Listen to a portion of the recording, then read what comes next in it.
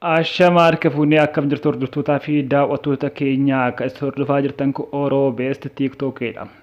Oromoo Beest TikTok irraa viidiyoowwan ijoo sooshaal miidiyaa ta'an garaagaraa isin biraan gahaa turerraa gara fuulduraatti waa'ee waraana kaaba biyyattiitti wal qabatee deemu kanas guutuu isaa isin biraan gahuudhaaf qophiiwwan jiru hundaa barbaachisu jennee yaadnee xumuruu jirra.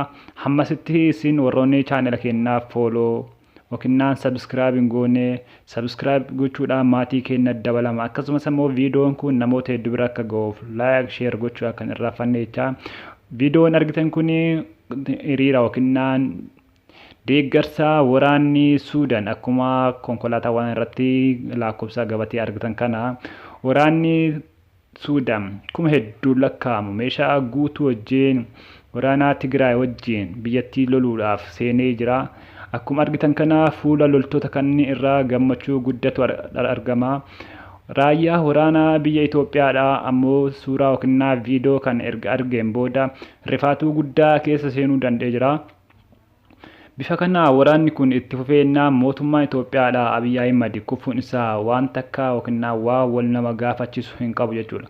Waraanichi garmalee akka baay'atu suuraa kanarraa iyyuu ni mul'ata.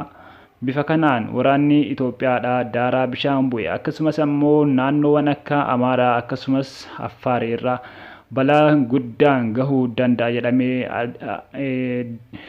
jedhamee shakkamuu jira.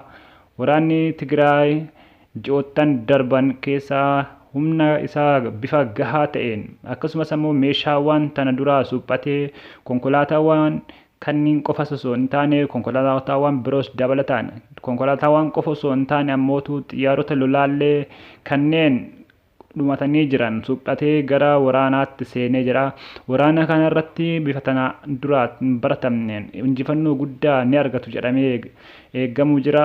Kanaafuu wal qabatee isinillee yaada keessan koomentii jala nuu barreessaa jecha viidiyoowwan akkanaa kun akka isin bira gahaniif ammoo chaanela keenya subscribe gochuudhaan maatii keenya dabalamaa isin jenna. Horaa bulaa deebanaa injifannoon uummata Oromoof.